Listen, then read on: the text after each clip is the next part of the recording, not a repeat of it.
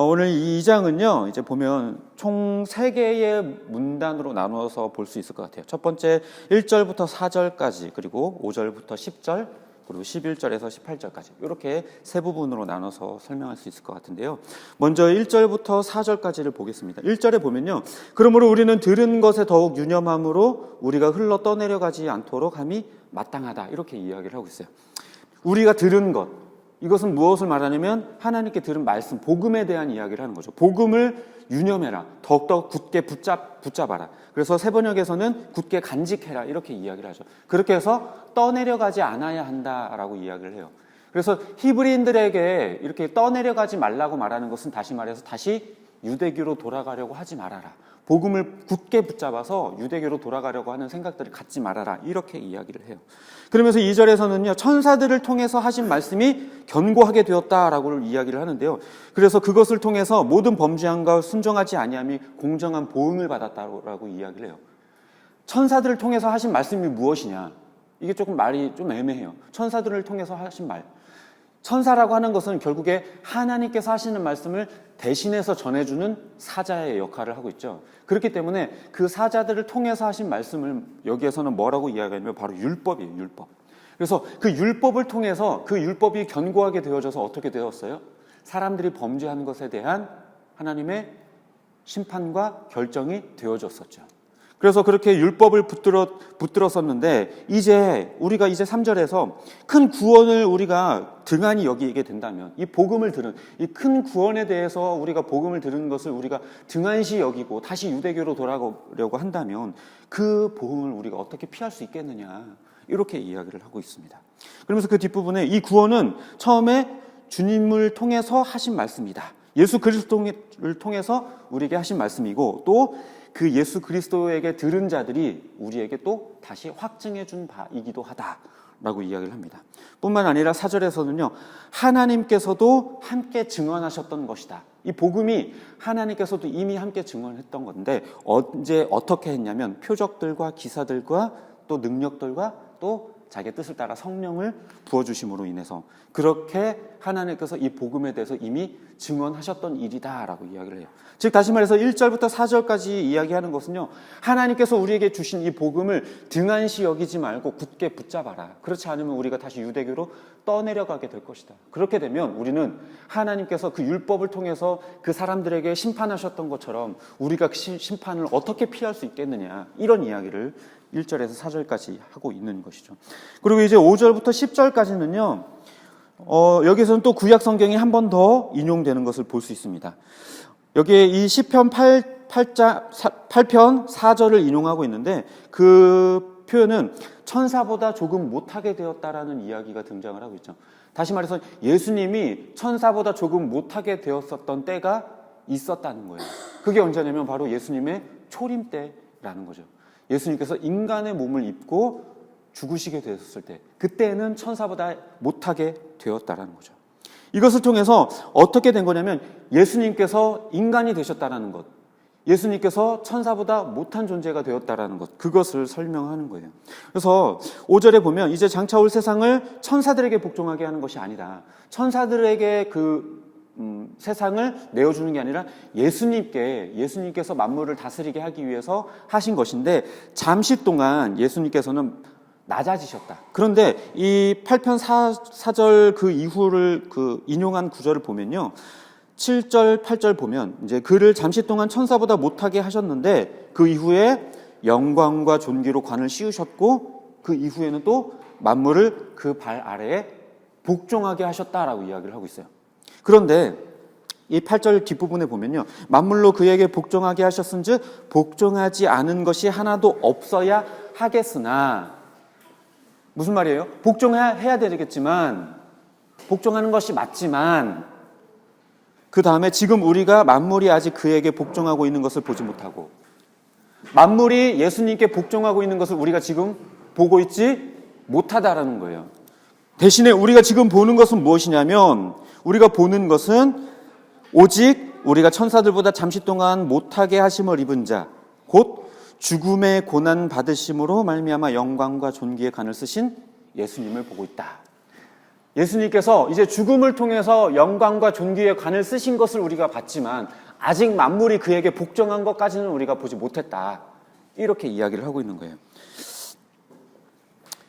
그래서 이렇게 행하신 것은 왜 그러냐면요, 모든 사람을 위해서 예수님께서 죽음이라는 것을 맛보셔야만 했기 때문이었다라고 이야기를 해요.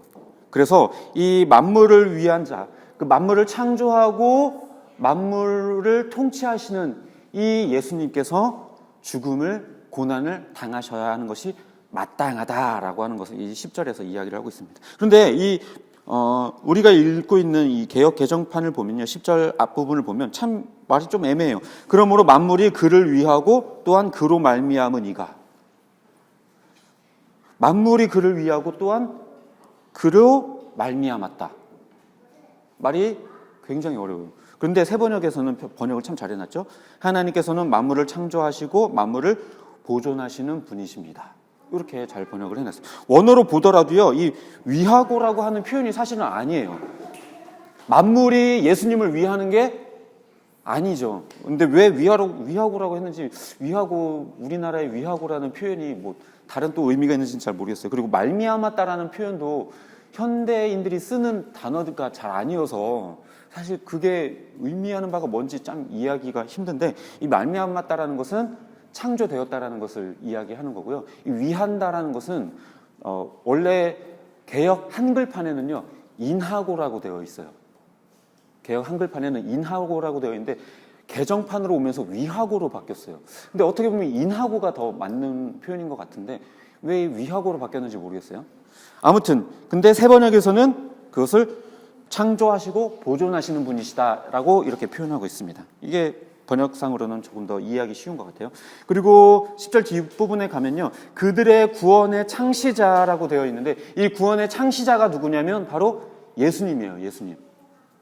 예수님을 고난을 통하여 온전하게 하시는 것이 마땅하다라고 이렇게 이야기를 하고 있습니다. 그래서 5절부터 10절까지는요, 예수님께서 천사보다 낮아지셨다라고 하는 이야기를 하고 있는 거예요. 그리고 이제 11절부터 18절까지는 그럼 무슨 이야기를 하고 있는가? 전체적으로 예수님께서 우리와 동일한 분이 되셨다. 우리와 같은 혈과 육을 가지신 분이 되셨다. 우리의 형제가 되셨다라는 이야기를 하고 있어요. 한번 보겠습니다. 거룩하게 하시는 이는 누굴까요? 거룩하게 하시는 분. 네? 누굴까요? 예수님이에요. 예수님. 그럼 거룩하게 함을 입은 자는요? 우리죠. 우리. 예수님과 우리가 한 근원에서 났대요. 한 근원. 이 한 근원이 누굴까요? 하나님이에요. 하나님. 예수님과 우리는 다 하나님으로부터 난 자들이라는 거예요. 그래서 동일한 자라는 거죠. 그래서 예수님께서 우리를 형제라 부르기를 부끄러워하지 않으셨다. 그러면서 또 구약을 인용하죠. 내가 주의 이름을 내 형제들에게. 예수님께서 누구에게? 성도들에게, 하나님을 믿는 자녀들에게 그것을 선포했다. 하나님의 이름을 선포했다라고 이야기를 하고 있죠. 그리고 하나님을 내가 교회 중에서 찬송하고 있다. 그리고 13절에서도요, 내가 그를 의지하리라. 예수님께서 고백하는 건데 하나님을 의지하겠다라는 거예요. 그리고 디귿이라고 되어 있는데 보면요, 볼지어다 나와 및 하나님께서 내게 주신 자녀라. 나 그리고 자녀라는 거예요. 보십시오, 나와 자녀들입니다. 그래서 그것을 새 번역에서는 내가 여기 있습니다. 또 하나님께서 내게 주신 자녀들이 여기에 있습니다. 내가 주님을 의지합니다. 이렇게 표현하고 있는 거죠. 그리고 이제 14절로 넘어가면요, 자녀들은 혈과 육에 속했다. 육체를 가진 자들이라는 거예요. 그래서 그도 또한 같은 모양으로 혈과 육을 함께 지니셨다. 같은 인간이 되셨다라고 이야기를 하는 거예요. 왜? 죽음을 통해서 죽음의 세력을 잡은 자, 곧 마귀를 멸하시고 또 죽기를 무서워함으로 한평생 매여 종노릇하는 모든 자들. 이게 누굴까요? 죽기를 무서워함으로 한평생 매여 있는 종노릇하는 자들. 믿지 않는 자들? 하나님께서 구원하고자 하시는 자들. 구원받을 자들.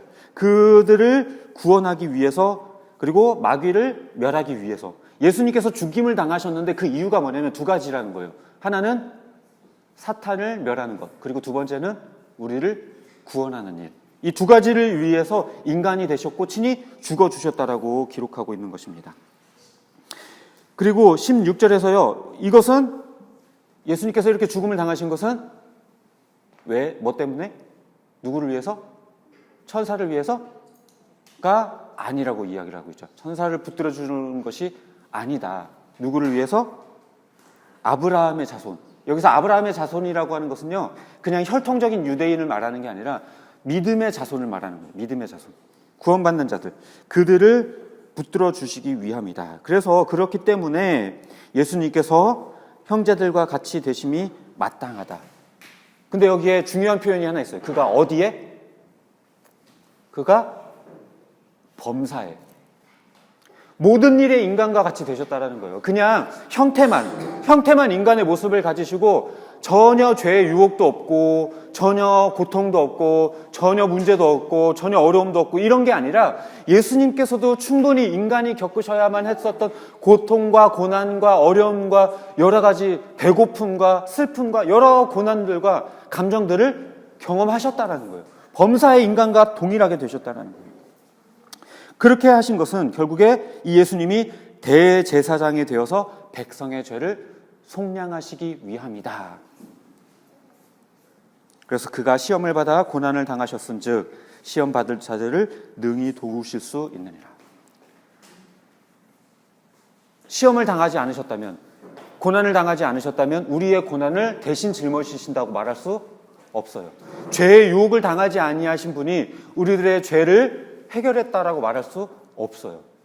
예수님께서는 그렇게 죄의 유혹을 당하시고 시험을 당하심으로 인하여서 우리가 당했었던 시험과 그 죄의 유혹들을 오히려 해결해 주시는 분이 되실 수 있었다라고 이야기를 하고 있는 것이죠. 1장에서는요, 천사보다 크신 예수님, 천사보다 뛰어나고 위대하신 예수님에 대해서 논증을 해왔었어요. 그리고 이제 이 2장에서는요, 그럼에도 불구하고 그렇게 높으신 하나님의 우편에 앉아 계신 예수님이심에도 불구하고 어떻게 되셨다고? 천사보다 낮게 우리 인간들과 동일하게 인간의 육체의 몸을 입으신 자가 되셨다라는 거예요. 그렇게 해서 그분이 죽으시고 우리들의 죄를 사하시고 우리를 용서하시는, 우리를 속량하시는 분이 되셨다라고 하는 것을 이 2장에서 기록하고 있는 것입니다. 제가 여러 번 이야기를 했어요. 한번 생각해 보세요. 신이 인간이 되는 것이 가능한가? 신이 인간이 되는 것. 이게 좀 그럴 수도 있겠지라고 생각한다면 인간이 개미 아니면 벌레가 되는 게 가능한가? 불가능하죠. 일단 그렇게 될 일도 없지만 가정한다고 하더라도 그것은 끔찍한 일일 거예요. 우리가 벌레가 된다는 것, 똥통에 구더기가 된다는 것, 굉장히 더럽고 상상만 해도 정말 싫은 일일 거예요.